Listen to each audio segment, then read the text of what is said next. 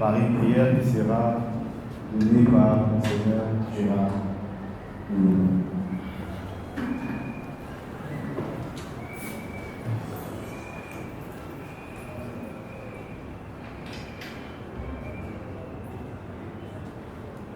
Au nom du Père et du Fils et du Saint-Esprit. Dieu notre Père, te disons merci pour cette journée que tu nous as accordée et qui tend vers la fin. Te remercions pour nous avoir donné cette occasion de nous réunir en cette salle autour de ce nouveau livre qui apparaît.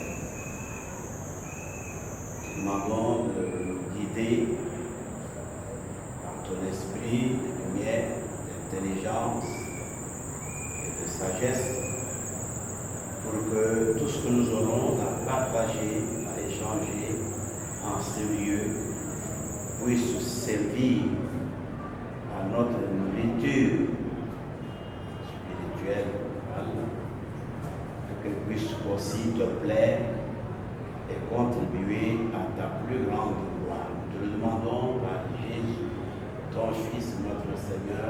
Amen. Amen. Père, du Fils et du Saint-Esprit. Merci beaucoup, Monseigneur. On peut s'asseoir. Nous disons comme tout, nous sommes là pour le vernissage du livre de la Vénale devant vous, intitulé La biologie du corps à l'ère de la nouvelle mondiale. À la quatrième couverture de ces livres, nous pouvons lire notre biographie sur l'auteur qui s'appelle François-Thieu Azadi. Il est prêtre séculier de la République démocratique Congo depuis 2003 du diocèse de Bouéka-Kassam. Il est licencié en théologie morale en 2017 de l'université ecclésiastique San Damaso de Madrid, Espagne. À ce jour, il est doctorant en théologie dans la même université où poursuivant ses recherches sur la théologie du corps de Saint Jean-Paul II.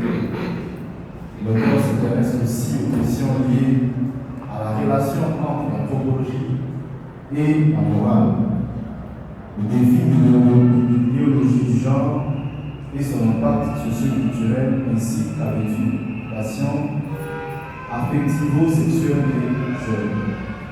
Il faudrait signaler aussi que l'auteur de cet ouvrage a aussi eu à écrire beaucoup d'articles et vous pouvez les trouver sur son site web personnel. Quand je vais passer me voir au bureau pour préparer cette activité, évidemment, nous nous retrouvons ici parce qu'à un moment, je voulais que ça se passe dans le cadre de l'organisation. Mais c'était intéressant, je lui ai dit, mais non, la question que vous abordez risque d'entrer en faux par rapport à notre idéologie à nous, centre organisation. Donc, c'est mieux qu'on puisse aborder cette question ailleurs. Mais il m'a dit, monsieur Ami, dites-nous est-ce qu'on peut aller jouer, mais si c'est mieux, qu'on se retrouve alors au centre culturel de Bodo. Parce que la question que soulève cet ouvrage, ou de réponses aux éclaircissements qu'apporte cet ouvrage, je pense bien que c'est lieu où cet espace, ce cadre est indiqué. Et ça nous le permet en tout cas, sans entrer en faux contre quelque autre doctrine qui se soit. N'est-ce pas, monsieur l'abbé? Parce que parler de la sexualité, parler de la nouvelle éthique mondiale, il y a beaucoup de choses. J'ai découvert que c'était quelqu'un de très averti. Aujourd'hui, on nous propose pas mal de choses. Quand on y va déjà parler de ce que l'amour ne sait pas, on a parlé tantôt hier avec lui, au lieu de la mort ne sait pas. Voyez-vous la nuance? C'est que l'on tente déjà de poser à quelque chose d'autre par rapport au nouvel ordre mondial.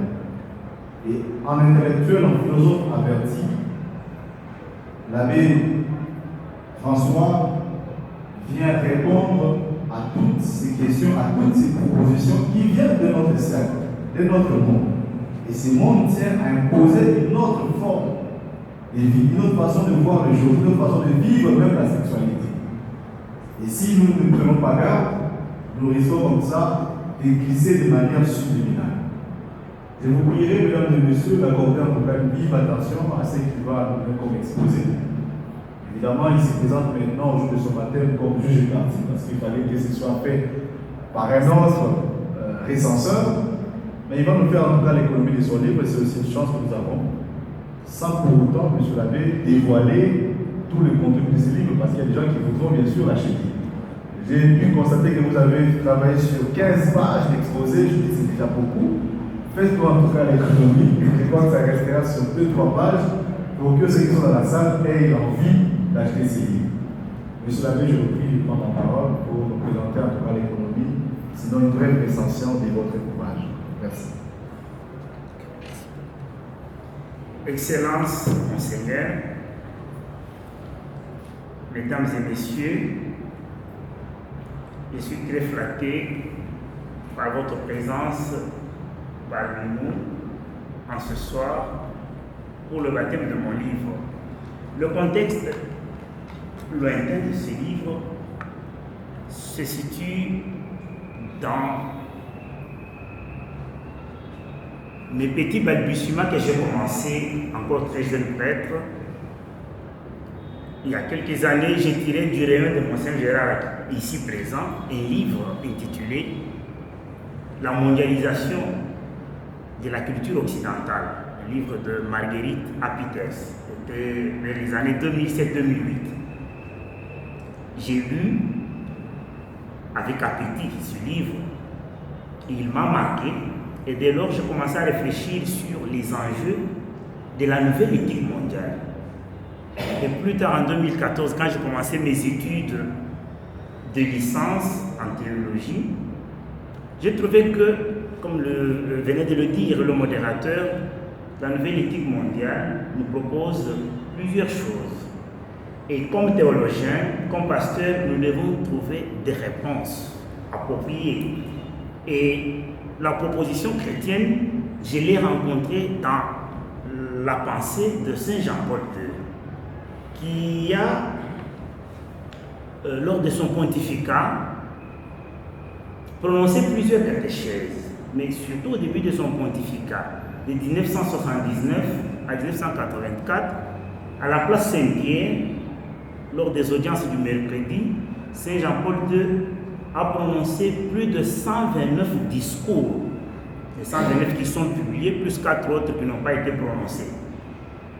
C'est ça qu'il a appelé lui-même la théologie du corps ou la théologie du sexe, parce que dans ses audiences, dans ses discours, le pape donnait un enseignement de qualité sur la vision de l'homme selon la volonté de son créateur.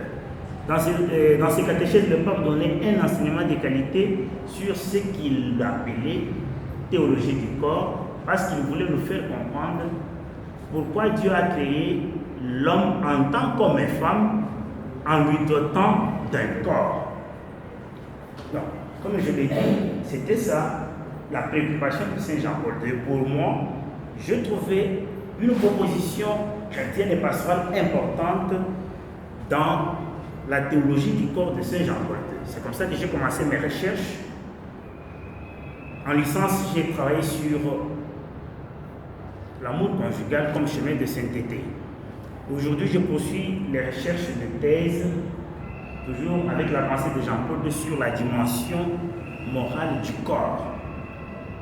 En marge de ces recherches, j'ai voulu, comme je viens de le dire, approfondir certaines questions en rapport avec l'idéologie du genre, en rapport avec le programme de santé sexuelle et reproductive dont on parle tant ici en Afrique, ici au Congo, afin de montrer comment nous, chrétiens catholiques, nous, africains, nous pouvons faire face à toutes ces idéologies qui nous viennent d'ailleurs. Je ne vais pas abuser de votre patience, je vais donner en grande ligne le contenu du livre. Lorsque vous allez vous le procurer, chacun pourra voir qu'est-ce qui l'intéresse, parce que le livre embrasse beaucoup de choses, il y a beaucoup de chapitres. Le livre comporte 10 chapitres. ce chapitre qui rend compte des grandes lignes de la pensée de Saint Jean-Paul II sur la théologie du corps ou l'amour humain dans le plan divin, et 3 autres chapitres où j'essaie de faire une approche de contextualisation. Comment recevoir la théologie du corps de Jean-Paul II en tant que chrétien africain. En ce temps de mutation anthropologique profonde, aussi bien dans le monde qu'en Afrique, tant où prévaut la dictature du relativisme, une réflexion de fond sur la vérité de l'amour et de la sexualité humaine s'impose de manière inévitable et urgente. Comme je l'ai dit, notre livre vous offre des grandes lignes de la théologie du corps dans les 7 premiers chapitres. Et les 3 derniers, c'est une ébauche de réception de ce riche enseignement. Quelle est la visée de ce livre? Je voudrais, avec vous, avec tous les éventuels lecteurs, avec tous les hommes de bonne volonté, avec tous les penseurs africains, réfléchir sur le défi de l'invasion idéologique du programme de santé sexuelle et reproductive, fruit de la nouvelle éthique mondiale préconisée par la gouvernance mondiale et la menace qui pèse sur la vie morale des Africains, des Congolais, afin de présenter une proposition chrétienne en nous basant sur la théologie du corps de Saint Jean-Paul II, ayant pour fil conducteur l'anthropologie et la théologie africaine qui ont pour base la vie. Et aussi, un autre fil conducteur, c'est l'éducation affective et sexuelle que nous devons dispenser à nos enfants, à nos jeunes, même aux adultes, dans le cadre de la nouvelle évangélisation. La question centrale de ce livre est celle de savoir quelle anthropologie, quelle vision de l'homme avons-nous en vue de quelle éthique pour notre société contemporaine.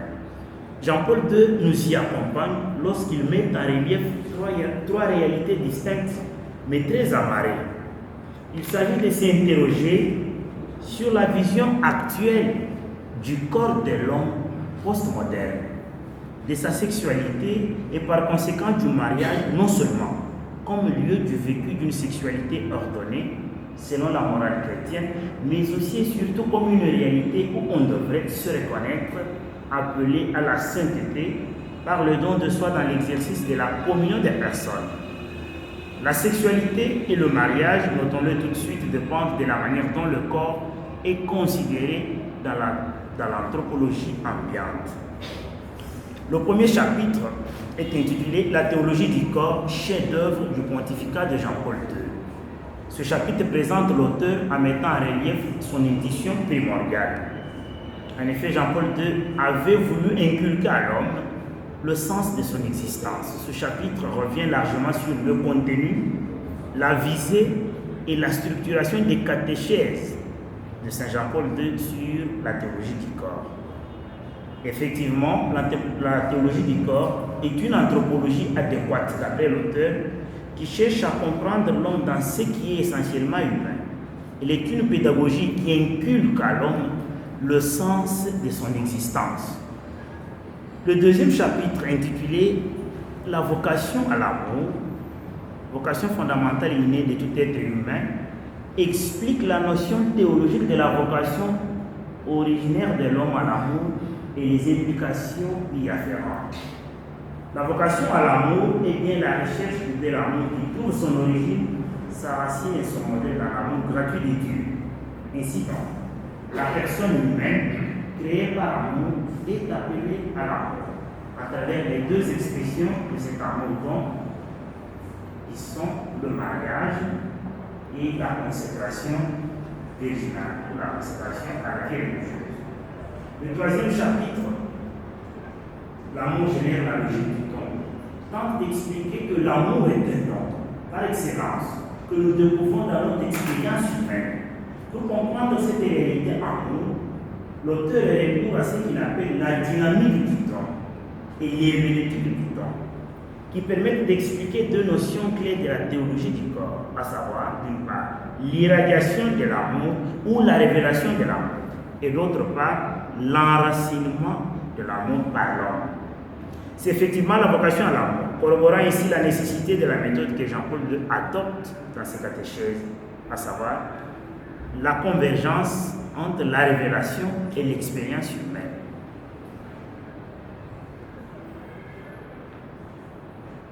En parlant du corps,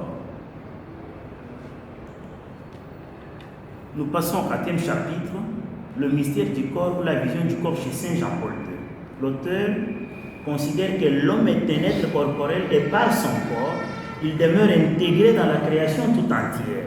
C'est dire que d'après le livre de la Genèse, l'homme appartient à la création matérielle. Il est inséré dans le monde, il est un corps parmi d'autres corps.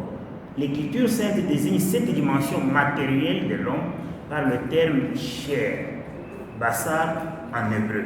C'est bien à partir de sa relation avec le monde matériel qu'il peut se comprendre lui-même. Et d'ailleurs, c'est la révélation divine à travers le livre de la Genèse qui nous instruit suffisamment sur le mystère du corps humain, puis comment ce dernier est un signe visible qui révèle Dieu au monde et qui est aussi un sacrement de la personne, c'est-à-dire que le corps révèle la personne.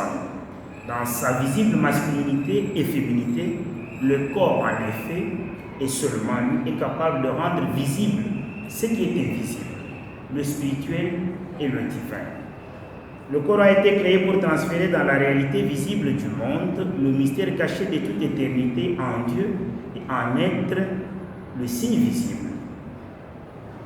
Pour bien dire, le corps est un mystère qui remonte et s'insère dans la volonté créatrice originaire de Dieu, qui a créé l'homme, je l'ai déjà dit, en lui dotant d'un corps, un corps sexué dans la différenciation masculine et féminine. Le 5e chapitre, la vérité de l'amour dans la théologie du corps. Vérité et ethos de l'amour humain. Ce chapitre essaie de comprendre le fondement divin de l'amour conjugal, lequel reste difficile à percevoir dans notre contexte actuel du divorce apparent entre la vie et l'amour, entre l'amour et le sexe. Pourtant, l'idéal, c'est de conjuguer l'amour avec la vérité dans la vie sexuelle afin de vivre conformément à la volonté de Dieu qui donne une signification singulière et complète à la sexualité à partir de la logique interne de l'amour, dont l'archétype se retrouve dans l'amour entre un homme et une femme. Un amour enraciné dans la vérité épanouit la personne humaine et construit la vie. Le contraire n'est que mensonge et misère.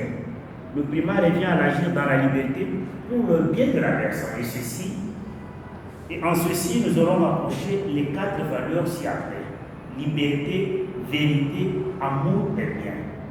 L'éthos de l'amour humain se concrétise dans l'union sponsale du mariage, rendant ainsi le mystère de Dieu accessible à l'homme. Le 5e chapitre repose sur l'idée selon laquelle l'expérience d'unité originelle nous permet de comprendre le corps humain, parce que le masculin et féminin a été créé en tant que corps, et le corps est sponsal conjugal, c'est-à-dire que le corps humain est fait pour l'amour, pour se donner, ce que l'auteur appelle le don de soi.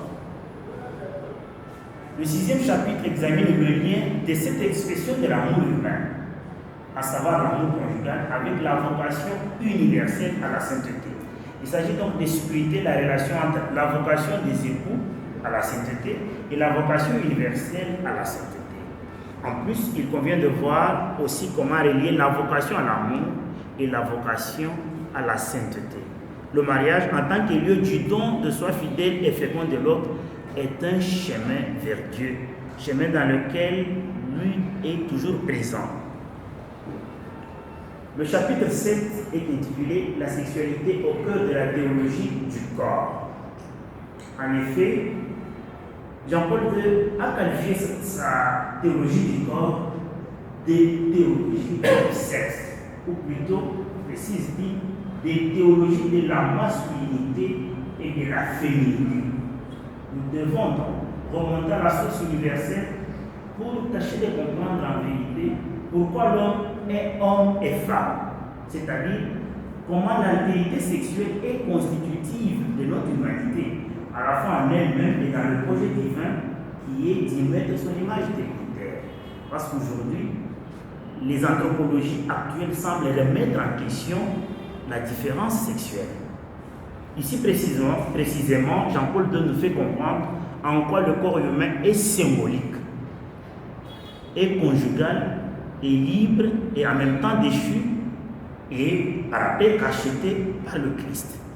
L'auteur exprime cette réalité du corps à travers une trilogie de critères relatifs à la signification essentielle du corps humain. Le corps humain est symbolique parce qu'il est signe extérieur d'une réalité intérieure.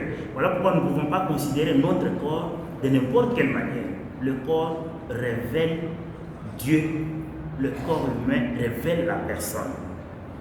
Aussi, le corps humain exige la vérité du don, car il est sponsable, c'est-à-dire il est fait pour cette forme suprême d'amour que l'amour donne de soi à l'autre.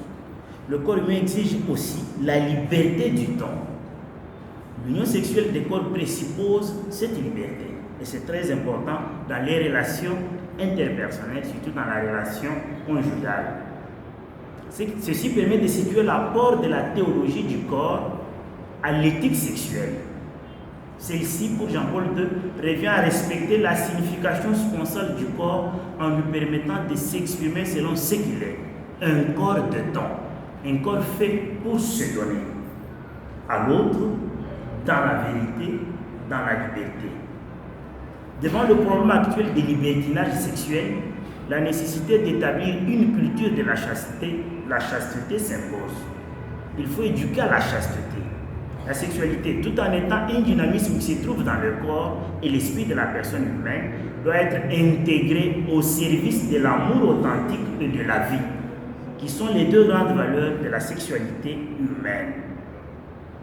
Tout agir contraire à ces deux valeurs entraîne pour la personne une désintégration éthique dont les répercussions sont très graves, aussi bien dans sa vie spirituelle, le conduisant à l'égoïsme, dans sa vie affective, le conduisant au sentiment du vide, dans sa vie physique, le conduisant à la possibilité de contracter des infections sexuellement transmissibles. Ainsi, Jean-Paul II nous propose une nouvelle vision du corps et une nouvelle éthique sexuelle, comme nous venons de l'expliquer. Le chapitre 8 est intitulé « L'Afrique à l'ère de la nouvelle éthique mondiale ». J'ai dit que les 3 derniers chapitres, c'est la contextualisation de l'apport de la théologie du corps. Ce chapitre est une ébauche de contextualisation. Ici, je voudrais rapprocher la théologie du corps du contexte africain, dans le cadre de la nouvelle évangélisation et au regard de l'invasion de la nouvelle éthique mondiale, d'obédience postmoderne, laxiste et séculariste, qui pèse de fond en comble sur les Africains comme l'épée de Damoclès. En ce qui concerne la vie sexuelle et le mariage, la crise dans laquelle se retrouve le monde en général, et l'Afrique en particulier, provoque notre réflexion. Celle-ci est à la mesure du défi face à la question épineuse de la propagation en Afrique du programme Santé et droits sexuels et reproductifs, SDSR, fruit de la nouvelle éthique mondiale qui prône des valeurs déconstruisant l'environnement éthique africain basé sur la vision anthropologique de la vie qui est reconnue comme valeur fondamentale depuis la nuit des temps. L'Afrique n'est pas à l'abri de ce qui se passe dans le monde aujourd'hui. Les bonnes mœurs observées et vécues avec abnégation hier se voient voler en éclats. Nous vivons une époque où le bouleversement des repères anthropologiques et éthiques est notoire. La gouvernance mondiale impose une nouvelle éthique à travers le programme farouche de santé sexuelle et reproductive, dont l'orientation idéologique a pour finalité de déconstruire toutes les valeurs traditionnelles, les valeurs judéo-chrétiennes que nous avons accueillies comme Africains, en les remplaçant par des valeurs purement relativistes et laxistes, à savoir la vie sexuelle libre, l'avortement, la suppression de la différenciation sexuelle entre l'homme et la femme, en brandissant plus de droits que de devoirs. On parle aujourd'hui plus de droits, mais on oublie les obligations.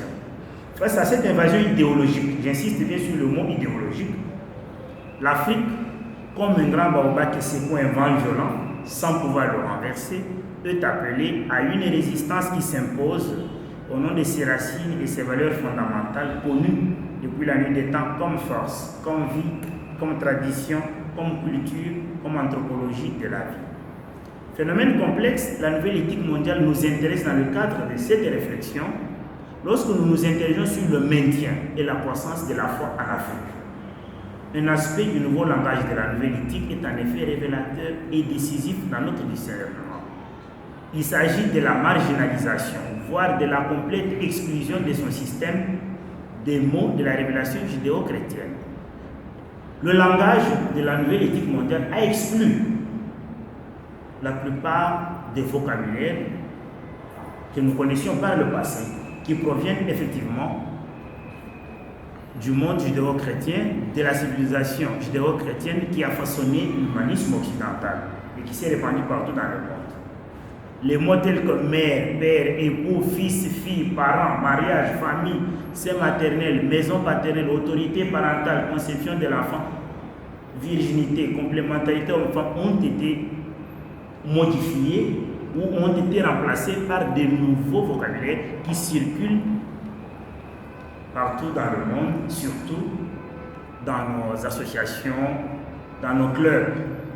Mais l'idéologie, c'est de faire éclipser l'ordre traditionnel du point de vue éthique et installer un nouvel ordre qui ne nous apporte pas tant le bonheur.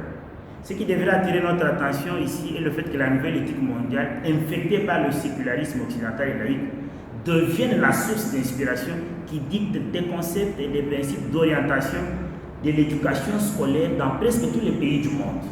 Il faudrait vite penser à proposer une alternative d'abord pour nos écoles ici en République démocratique du Congo.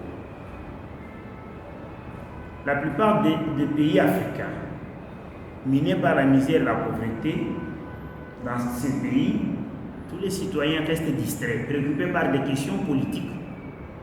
Pendant que les lobbies homosexuels travaillent en coulisses et avec la complicité des gouvernants et des leaders d'opinion, travaillent à l'implantation idéologique de la santé sexuelle et reproductive jusque dans les écoles. On inculque l'éducation sexuelle jusqu'aux enfants, même de la maternelle. Alors que l'on prétend que ce programme d'éducation à la vie permettrait à l'élève d'avoir la possibilité de prendre de bonnes décisions, de grandir, de s'assumer. On vit le contraire de tout cela. Le 9e chapitre aborde les aspects théologiques éthiques de la réception africaine de la théologie du corps, qui repose sur l'anthropologie de la vie et la théologie africaine, qui sont donc des lieux propices de réception de cette théologie du corps.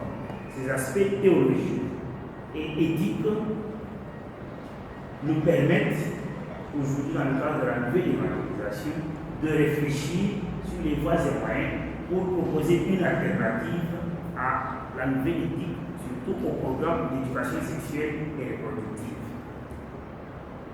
Devant les enjeux de la nouvelle éthique mondiale, les chrétiens du monde entier en général et ceux d'Afrique en particulier devraient savoir, dans le contexte de la nouvelle évangélisation, savoir opérer un discernement sérieux face aux valeurs de cette éthique postmoderne qui est à la fois relativiste et laxiste. Il paraît que les chrétiens, affirme Marguerite à Peters, ne distinguent pas toujours le nouveau système éthique qui leur est présenté à travers la nouvelle éthique mondiale. Quant au 10e et dernier chapitre, le défi de l'éducation affective et sexuelle, nous réalisons que l'éducation affective et sexuelle est porteuse aujourd'hui, si elle est bien faite, elle est porteuse de cette grande espérance aussi bien auprès des parents que des enfants. Quelles que soient ces expériences, personne n'est jamais irrémédiablement perdu.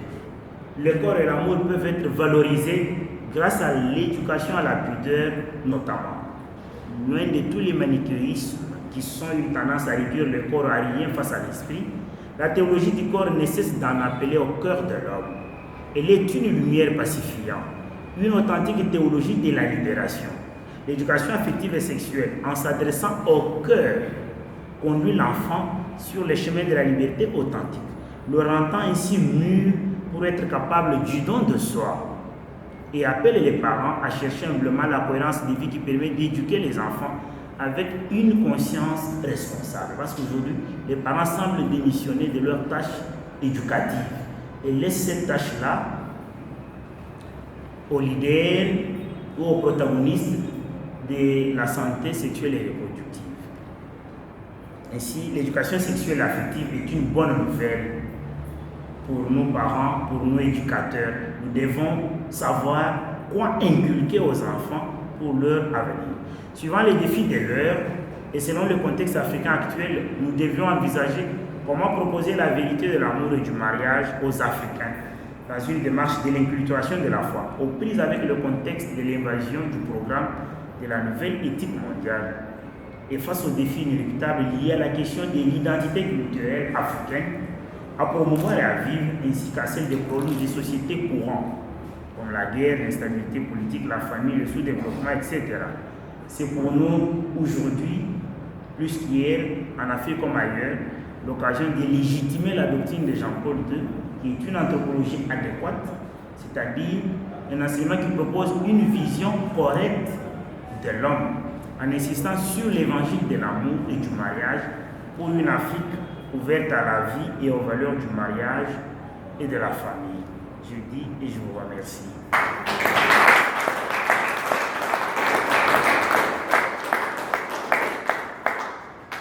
Est-ce qu'on peut mieux applaudir que ça?